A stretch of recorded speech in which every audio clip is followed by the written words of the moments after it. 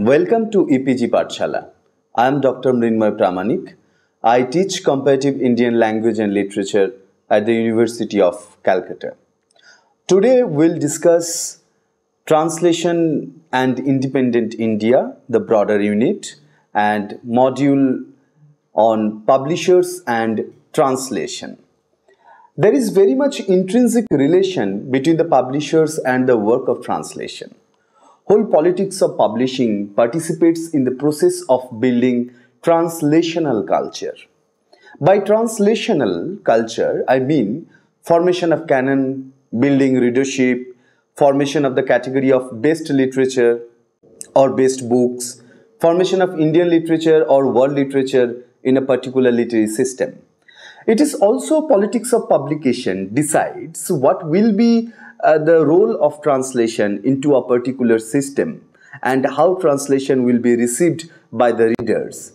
Here in this module, we are supposed to discuss about the role of publishing houses in the sphere of translation in the independent India. This area can be read from different perspectives. Few among those are role of state in publishing, role of English publishing houses, role of regional publishing houses, one side, and role of other publishing houses which are introduced with very particular objective to establish their voices and identities, like Dalit publishing house addresses gender issues only, etc. Also, we have to see the publication houses which have distinct political and religious agenda. So the translation and the role of publishers is always complex and significant in a particular literary culture. Ideological, commercial priorities and differences bring a different kind of translation to the readers. And these differences shape a literary culture or position of translation in a literary polysystem. Alongside e-journals or online magazines, there are a large number of little magazines published in different Indian languages. The history of little magazines in Indian languages is more than 100 years. Such magazines are responsible to bring taste of different literatures to the middle class Indians, particularly. Moreover, such magazines hold the history of local intelligentsia. One of the thrust areas of all these little magazines is translation from different Indian and world languages. In recent past, we have observed so many other publication initiatives all over the world which is new media. Almost all the languages which have their script publishes online magazines or e-journals, and translation also is being published in those journals. Now let us first talk about translation and the state's role in it. Immediately after independence, Indian government took quite remarkable steps towards publishing good books of literature, knowledge, whether in original or in translation. National Book Trust was established to translate and to publish knowledge text and literature, and Sahitya Academy established for publishing Indian literature in different languages. Such initiative was a part of greater political understanding about the newly born nation. India as a nation was started to be imagined through translations of different Indian literatures in different Indian languages. As a result, Indian literature as a category also get its shape. Translation gradually felt as unavoidable, perhaps only tool for imagining Indian literature and establishing Indian literature as a category. Establishment of National Book Trust of India was the first Prime Minister of India, Pandit Jawaharlal Nehru's plan, and he wanted to cater the good books in cheap rate to the people of India, and that good books are selected from various languages and various regions and various cultures of the world. And National Book Trust, along with translating the knowledge books on history, politics, economics, sociology. They started publishing translation of literature. Not only Indian literature in various Indian languages, but also the literatures from different countries of South Asia like Singhal, Sri Lanka, Afghanistan, Pakistan, Nepal, Bhutan, and there are also there were also a project called Translating Asian Literature. So Asian literatures also translated by National Book Trust in different Indian languages. And this is how different modern Indian language got a good quality literary books or good quality books in cheap rate. The objectives of the National Book Trust are to produce and encourage the production of good literature in English, Hindi, and other Indian languages, and to make such literature available at moderate prices to the public, and to bring out book catalogues, arrange book fairs, exhibitions, and seminars, and take all necessary steps to make the people book-minded. The publishing agenda of National Book Trust, which is mentioned on their website, is in furtherance to the above objectives, what I mentioned just quite earlier. National Book Trust is mandated to publish the classical literature of India, outstanding works of Indian authors in Indian languages, and their translation from one Indian language to another. Translation of outstanding books from foreign languages and outstanding books of modern knowledge for popular diffusion. National Book Trust publishes books under different series in English and in all major Indian languages of India like Hindi, Ashomiya, Bangla, Gujarati, Kannada, Kashmiri, Konkani, Malayalam, Manipuri, Marathi, Nepali, Odia, Punjabi, Rajasthani, Bhojpuri, Sindhi, Tamil, Telugu, and Urdu. In addition, National Book Trust also publishes select books for children in Vili, Gondi, Santali, and some northeastern languages such as Ao, Naga, Bhutia, Bodo, Garo, Khasi, Kokborok, Lepcha, Linbo, Missing, Mizo, and Newari. National Book Trust pays special attention to those genres which are not adequately covered by other publishers. So, National Book Trust agenda is to serve the greater literary area, to serve the people with diversified literatures and diverse genres. And if we carefully notice it, that the northeastern languages and the tribal languages, or those languages which are not introduced as official languages, or those languages which do not have much power or much longer printing culture, those languages are also included in the list of National Book Trust.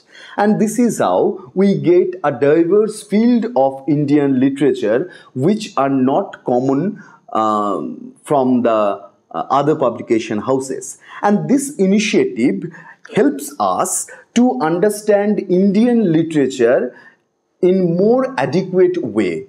And National Book Trust offers a way to imagine Indian literature with its all-inclusiveness. National Book Trust also offers grants for translating literature from different Indian literature into English. The site says National Book Trust has set up a NBT Financial Assistance Program, a dedicated rights exchange program that will pursue translation of Indian books into foreign languages. Under this initiative, the Trust will provide financial support to foreign publishers who are interested in translating Indian works. It means that National Book Trust is extending its publishing culture to cater the greater reader of the world, and in this way National Book Trust is serving different kind of literature which are produced in different Indian languages. Not only that, National Book Trust also introduced a unique idea, unique project which is called Adan Pradan, and this this focuses especially the translation among Indian literatures, like from Marathi to Bengali to Kashmiri to Tamil, from Tamil to Kannada. So this is how it becomes more easier to imagine Indian literature as a specific category. Beside National Book Trust, there is Sahitya Akademi, which is known as National Academy of Letters.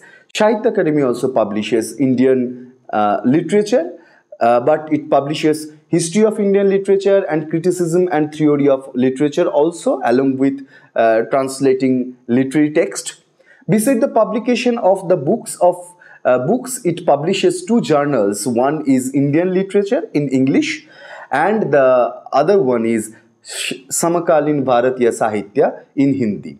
These two journals regularly interacts with different Indian literatures, regularly publishes and discusses on Indian literature. This is how it serves the nation, and it is nation's calls too, though Indian academics do not respond to the nation's call satisfactorily in literary practices, and that is why we can find too few disciplines of Indian literature in India.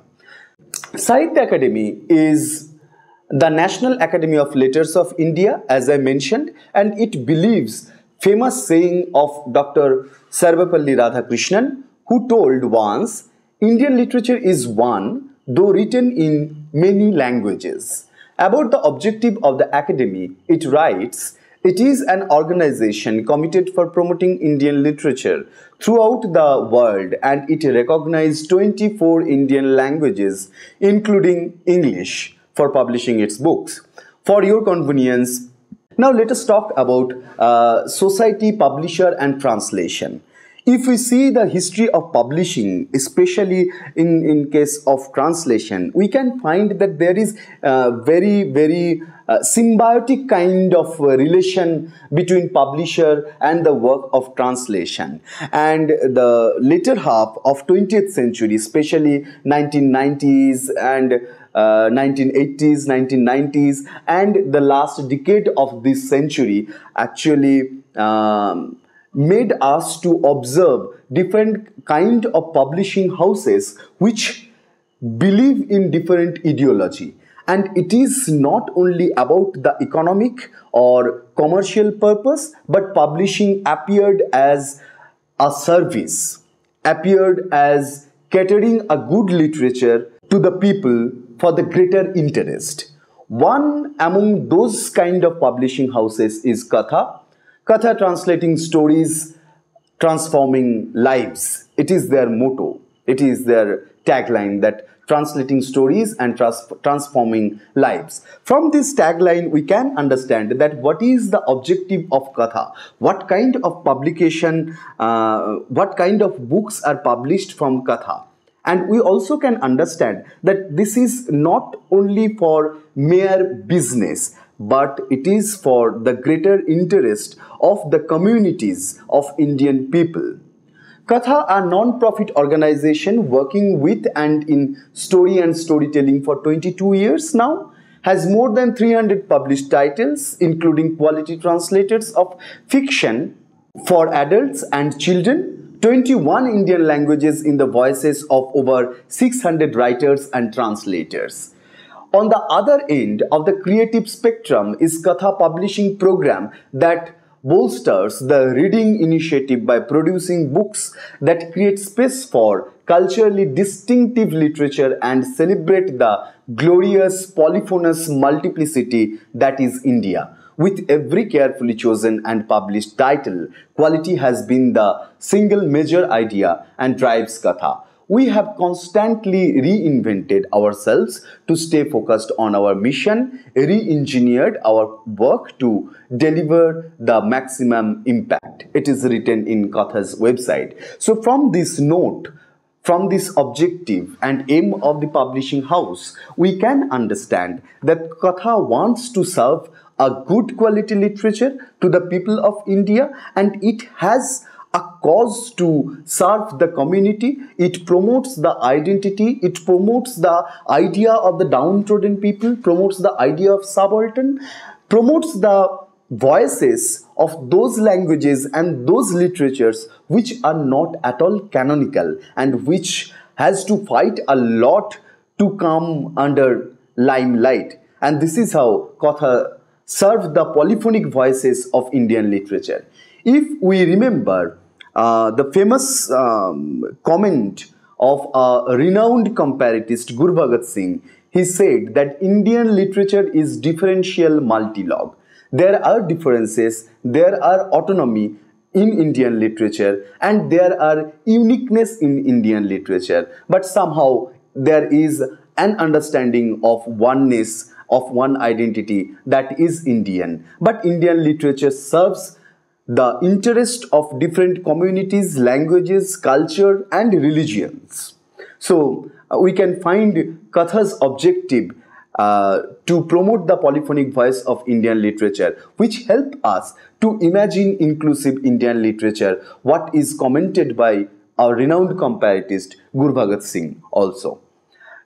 We can find that caste becomes a major complex issue in Indian society and Indian politics, Indian culture. And because of that, we find a voice of downtrodden people, of marginalized people through a particular kind of literature. And we can observe the emergence of such publication houses which came to serve the cause of downtrodden people, the cause of subaltern people, the cause of Dalits. Navayana is one among those publishing houses. Navayana wrote as its objective or aims on their website that named after Dr. B.R. Ambedkar's socially and morally concerned interpretation of Buddhism, Navayana is India's first and only publishing house to focus on the issue of caste from an anti-caste perspective.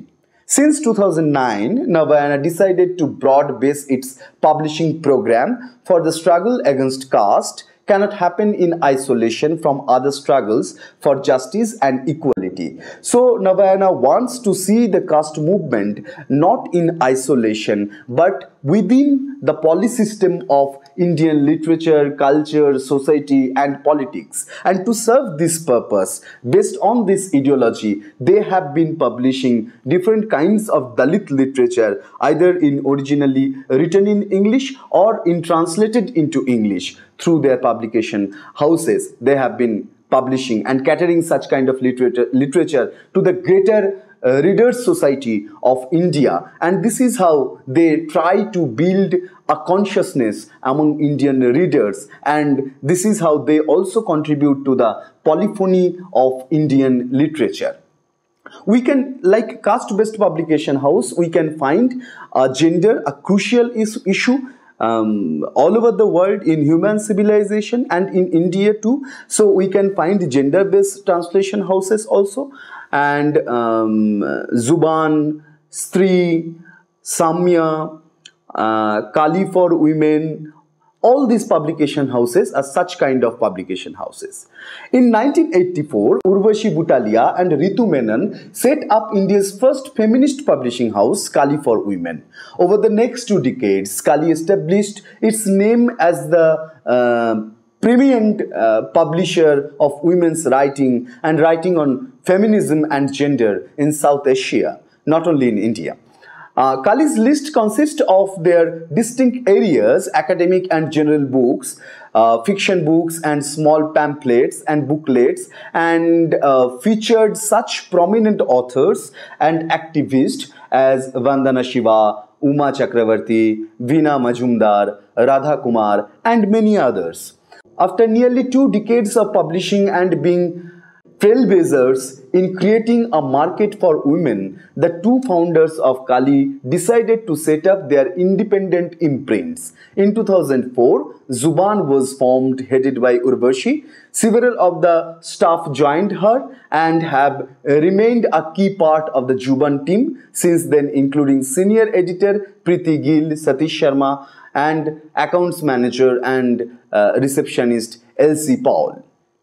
If we see the titles published by the Zuban or Kali for women, we can understand that not only the mere gender issue they are trying to address, but they are trying to bring different voices of women from different Indian cultures, different Indian regions, and different Indian languages. They are trying to make a discourse of oppression and an argumentative framework to fight against patriarchal society. If we see their book list, we can understand that what is the range of languages are covered by such publication houses. They published A Rag Doll After My Heart, a poetic novel by Anuradha Vaidya, translated by Shruti Nargundkar in 2015. They published Mother Wit by Urmila Power, translated by Veena Dev in 2013.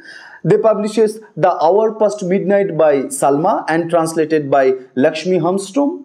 All Passion Spent by Zaheda Hina, and this book All Passion Spent is translated by Neelam Hussain in 2011. They published The Blue Naked God by Indira Goswami and translated by Gayatri Bhattacharya in 2013. They published Dawn by Arup Patangia Kalita, and this book is translated by Ranjita Bishwas in 2004.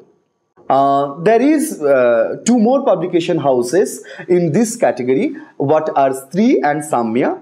Stree, founded in 1990, Stree publishes on gender studies focusing on the status of women in India in English and in Bengali. It publishes on the workplace, class relations and political subjugation, marriage, the family, the impact of religion, culture and ideology. It translates women's writings, fiction and non-fiction from the Indian languages into English. Samya, founded in 1996, focuses on culture and descent, which gives priority to the study of caste in a changing society. Through scholarly analysis, its place in the creation of knowledge and the writings of Dalits. As a leading independent publisher, we primarily focus on publishing knowledge generated in India, which is then also distributed abroad or sometimes presented as a co-edition with a Western publisher. A tremendous effort has been undertaken to develop new authors and to showcase their work in high-quality editions that reflect the best editorial and production skills available in India. Our books compete with the best books in international publishing. We have bought very few books from scholarly publishers abroad, which may have slowed our growth, but we believe it has been worth it. Both imprint are always on the lookout to publish in new areas and new authors, often making pioneering contribution. We were the first to publish the radical social justice scholar Kancha Ilaiah, and Kancha Ilaiah's book Why I Am Not a Hindu, a Sudra critique of Hindutva culture, philosophy and political economy. And his books published by us remain landmark books. Similarly, we have published accounts of the partition in the eastern region in English, bringing what had resonated in Bengali within the region to a wider audience. The work of many of our authors like Om Prakash Balmiki and Tirumavalan had not appeared in English before. We published them. We give importance to publishing translation from the Indian languages into English in fiction and non-fiction to present a greater exchange between languages. I unquote. With the objective and aims what are found on the website of Samya and Stree, we can understand that they have introduced so many new writers from different Indian languages for the first time into English. And this is how those writers, their voices, their ideology, their story of struggles reached to the greater people, greater readers, larger number of readers of India. And this is how they not only served the unexplored area of Indian literature and Indian thought, but they make the idea of Indian literature more inclusive.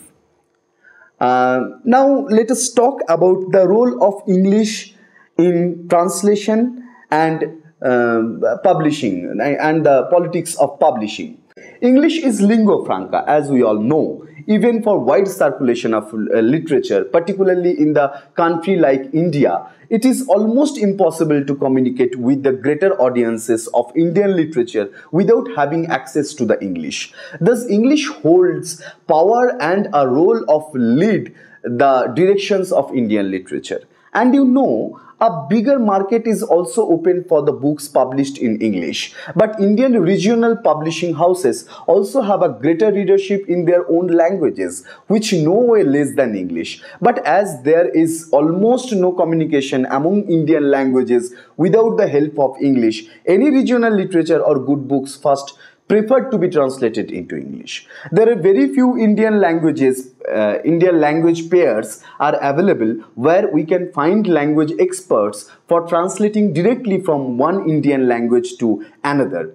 And so publishing houses which publishes into English got most of the legal rights like copyrights and cultural power when it is about question of translation of Indian literature especially. And because of that, when a text for the first time has been translated into English, it is very difficult to get copyright because of the power of English and the whole lot of economy which is related in this sphere. Though we can find that there are contesting publication houses which contest along with English and publishes the books of great thought, idea, books of struggle, books of identity, and books which are significant in social, cultural, and religious politics are published in regional languages also. And this is how we can get a alternative sphere which other than English. We can find the alternative sphere in regional languages, and this is how the text reaches to the common reader who do not have access to English. But English also plays but taking this opportunity of hierarchical situation, hierarchical position, English also takes opportunity of it. In our notion, when some text is translated into English, we naturally take it as more authentic because of the power of language and economy which is lying behind it. So the production of the book, advertisement of the book, all these things are involved with behind it, and we take English translation as more authentic translation. And because of that, translation into Indian languages actually in some cases getting a position in backward. And as English is understood as authentic language, more powerful language, more soothing language for translation, for circulation of books, English took the opportunity to delete, to censor the original text. I can take an example of translation of Ashapurna Devi, a renowned Bengali author. Ashapurna Devi's famous book Subarnalata, which was translated by Macmillan, and that translation is almost 1/3 of the original book because all the cultural terms and cultural incidents were censored, were deleted, were omitted in translation. So this is the politics of the English, and when some text is translated into English, English feels that it has to be easier to understand for their target reader, as if English reader doesn't have any need to know about the cultural details of Indian regional cultural practices. But the text emerges, Ashapurna Devi's Subarnalata emerges from a very particular socio-cultural reality, which is actually the sign of history also, which holds the history also. If it is deleted or omitted in English translation, then the text becomes completely different text and it actually detached from its history of origin. So this is such kind of examples are many in and around, and this is how we can find the politics of English publication houses. Though there are strong regional markets of literary translation and copyright issue is not reached in a situation to be obstacle for publishing translation, we can find that without addressing the copyright issue, so many texts have been translating into different Indian regional languages, even from English. They don't care, sometimes they don't care about the copyright issue. So we find so many books in regional languages. There are many houses in regional languages which publishes translation of different Indian and world literature sincerely. I would like to take few examples from Bengali publishing market.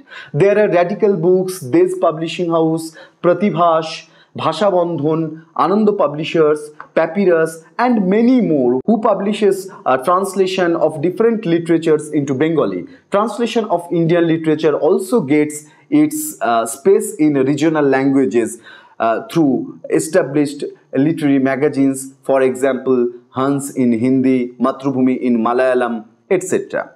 Now let us conclude our discussion that existence, conflicts and contest among different ideologies in the publishing industry brings varieties of translation into being. Even there are so many languages or themes or subjects of literary narrative which are rediscovered or canonized or got their spaces in the literary canon of Indian literature only because of translation.